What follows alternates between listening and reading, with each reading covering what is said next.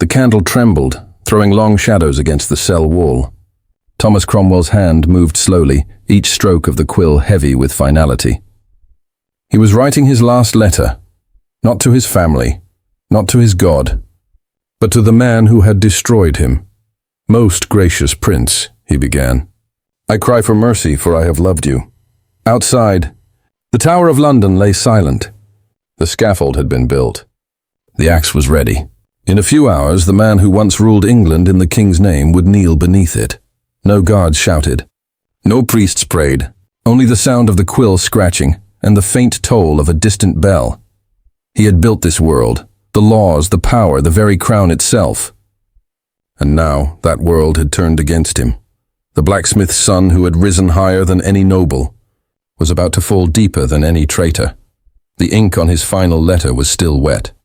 Outside, the dawn crept closer, quiet, merciless. Each passing minute brought the echo of footsteps, the clatter of steel, the whisper of history closing in. No man in England had climbed so far. No fall would echo louder, but to understand how Thomas Cromwell came to this moment, to grasp why a king's most loyal servant now waited for the axe, we must step back. Back to the beginning. Back to an England ready to be remade, and a man who would be the instrument of that change. England in the early 1500s was a kingdom on the edge of transformation, a land where the old faith ruled every heart, and the church owned nearly a third of all the land. Where kings reigned by divine right, but even they bowed to Rome. The air was thick with incense, superstition, and silence. Monks chanted in stone monasteries, while peasants toiled beneath the shadow of the cross. And in London, far from the cathedrals and courtyards, a restless fire was spreading, whispers of reform, rebellion, and revolution. Across Europe, Martin Luther had struck at the heart of the Catholic Church. Princes and priests chose sides, and soon Henry VIII would too, though not for God, but for desire. He was young, proud, and desperate for a son. That single need would tear England from the Pope, drown it in blood, and give birth to a new kind of power, one ruled not by faith, but by the crown. And when that transformation began, the king would find his perfect instrument, a blacksmith's son, sharp as steel, forged in hardship, and ready to reshape the kingdom itself. England was changing, faith, power, loyalty, all shifting like sand. But while nobles schemed in candlelit halls, far from court another story was beginning. The story of a commoner, who would soon hold the fate of England in his hands. Thomas Cromwell was not born into privilege. He was born into struggle. The son of a blacksmith from Putney, a rough, violent man by every account, Cromwell's childhood was short, hard, and unforgiving. By 14, he had fled England altogether. Across Europe, he became many things: a soldier, a merchant, a lawyer's clerk. He learned the ways of men and money, how power moved not with swords, but with words. In Italy, he saw the brilliance of the Renaissance. In Antwerp, the rise of the merchants. He returned home not as a peasant, but as something far more dangerous, an educated man who understood the world beyond England's borders. And fate soon placed him in the orbit of another ambitious soul. Cardinal Thomas Wolsey, Henry VIII's most powerful minister. Under Wolsey, Cromwell learned the machinery of power, how to build alliances, crush rivals, and bend laws until they broke. When Wolsey fell from grace, most of his men abandoned him. Cromwell did not. He stayed by his master's side until the end, defending him in Parliament while others spat on his name. That loyalty did not go unnoticed. Henry VIII was a man who devoured servants but admired courage, and soon the blacksmith's son found himself standing where few dared stand, before the king himself. With his sharp mind and sharper tongue, Cromwell began to weave his influence, quietly, patiently. Each favor granted, each signature secured, pulled him closer to the heart of power. He was no nobleman, no knight. He was something new, a man who rose not by birth but by intellect. But Cromwell's genius would not stay hidden for long. Soon, Henry's hunger for an heir, and his defiance of Rome, would call for a man bold enough to defy the Pope himself. And Cromwell, the blacksmith's son turned court strategist, would answer that call. not knowing that the road to power would one day lead him back to the Tower. By 1535, Cromwell was no longer simply a counsellor. He was the engine of England's transformation, the unseen architect behind every royal decree. His words became laws, his plans became doctrine, and for a brief, blinding moment, he held the fate of every priest, noble and peasant in his ink-stained hands. Each morning, the corridors of Whitehall echoed with his calm, deliberate steps. Courtiers lowered their eyes. Monks whispered curses behind closed doors. He had become a figure of awe and dread, the man who could make or unmake lives with a gesture. When Henry declared himself supreme head of the Church of England, it was Cromwell who built the scaffolding beneath that claim. He summoned Parliament not as a formality, but as a weapon. Through act after act, he stripped the Pope's authority from English soil, reassigning it, piece by piece, to the crown. The law had become divine, the king untouchable. Cromwell's genius was not in invention, but in precision. He did not rage against Rome, he outmaneuvered it. He used the very language of the church, scripture, obedience, duty, to dismantle its power, and as abbeys fell, their treasures poured into the treasury. The gold of saints now served the throne. It was the greatest redistribution of wealth England had ever seen, and Cromwell stood at its center, calm and calculating. But this was no mindless destruction. In his vision, Cromwell saw a new England, one governed not by superstition, but by law, where the king's justice reached even the humblest village. He believed the Reformation was not rebellion, but rebirth. Still, every birth has its blood. In the north, rebellion flared, the pilgrimage of grace, thousands marching under the cross to restore the old faith. They carried banners of Christ and chanted the names of saints, demanding an end to Cromwell's tyranny. He crushed them without hesitation. To him, rebellion was not faith, it was disease. And he was the cure. At court, his influence grew intolerable. The nobles, men of ancient bloodlines, looked at him with hatred masked as courtesy. To them, Cromwell was an intruder, a blacksmith's son who sat where only dukes had sat, who spoke to the king as if born to it. Yet Henry trusted him. Or perhaps Henry needed him. When the king tired of Anne Boleyn's defiance, it was Cromwell who orchestrated her fall. The charges, the confessions, the trial, all bore his cold precision. Anne's death secured his power, but it also sealed his fate. For in England's court, there was no distinction between executioner and victim. The blade simply waited for its turn, and as the bells of the Tower tolled for Anne Boleyn, Cromwell stood in silence. He had served his king faithfully, completely, and in that loyalty had written his own death sentence, for the man who built Henry's new world was about to be devoured by it.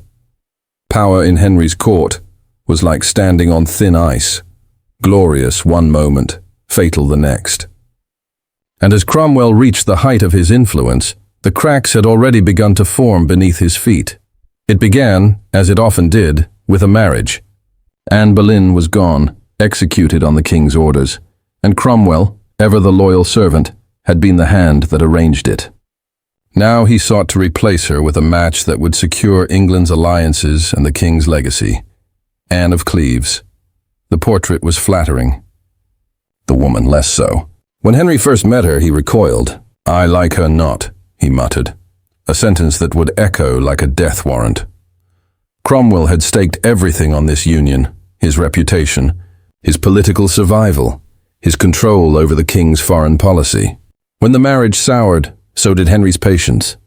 Enemies who had long hidden in the shadows, the old nobility, the conservative bishops, those who had never forgiven a blacksmith's son for ruling England, began to close in.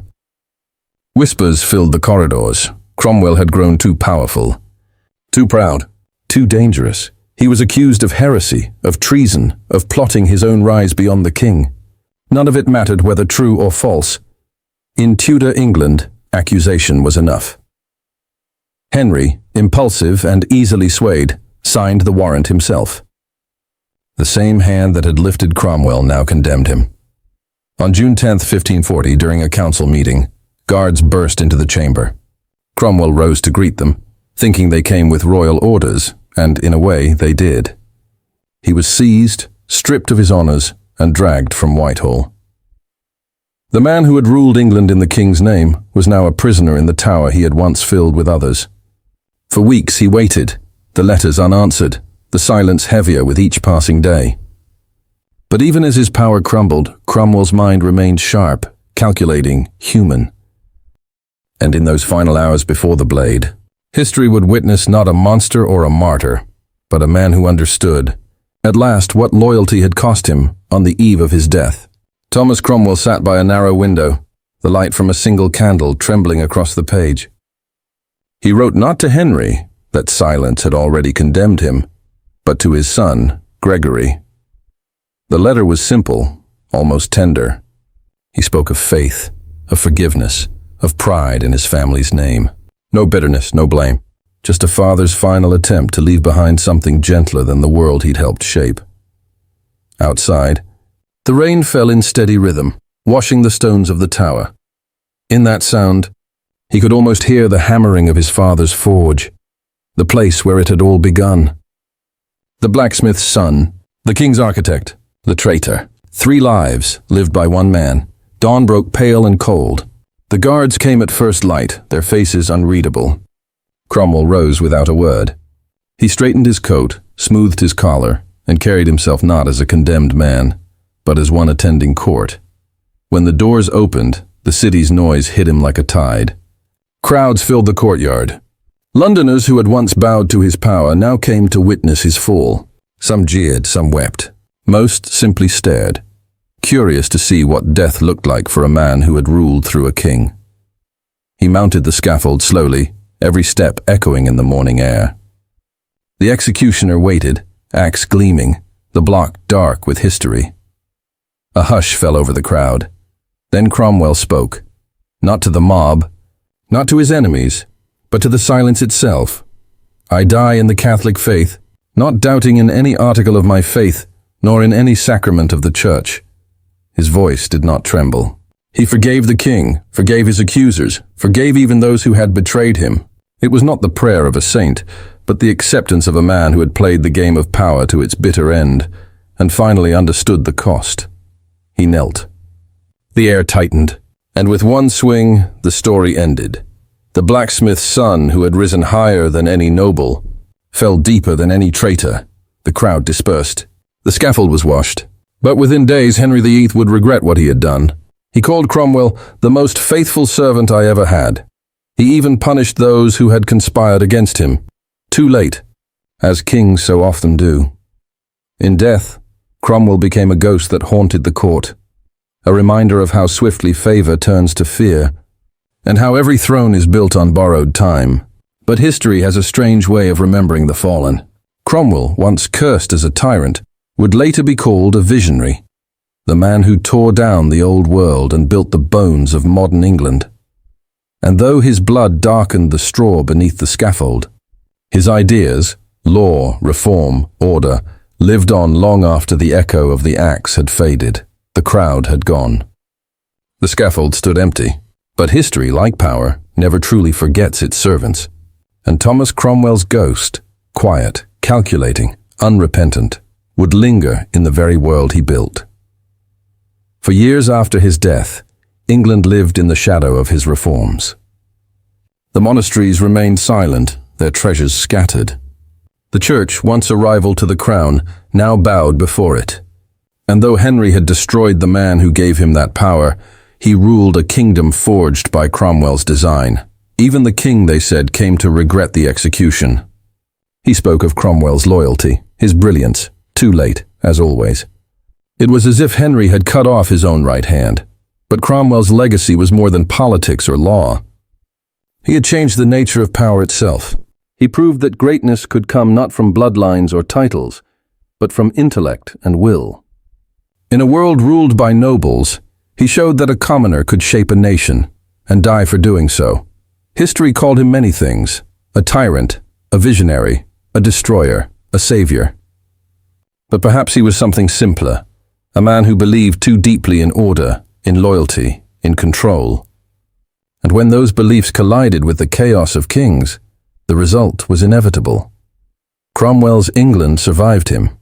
Its bureaucracy, its laws, its centralized power, all the hallmarks of the modern state, bore his fingerprints. Even centuries later, his story still whispers through the corridors of Westminster, where ambition and downfall still walk side by side. If you stand today within the Tower of London and look toward the scaffold site, you can almost hear it, the echo of iron footsteps, the murmur of a man who built an empire with words, not swords. Thomas Cromwell's rise and ruin remind us of a truth older than any crown, that power demands loyalty, and then devours it. And in the court of Henry VIII, there was no sin greater than serving too well. Because in the end, kings fall to rebellion, but their servants fall to silence.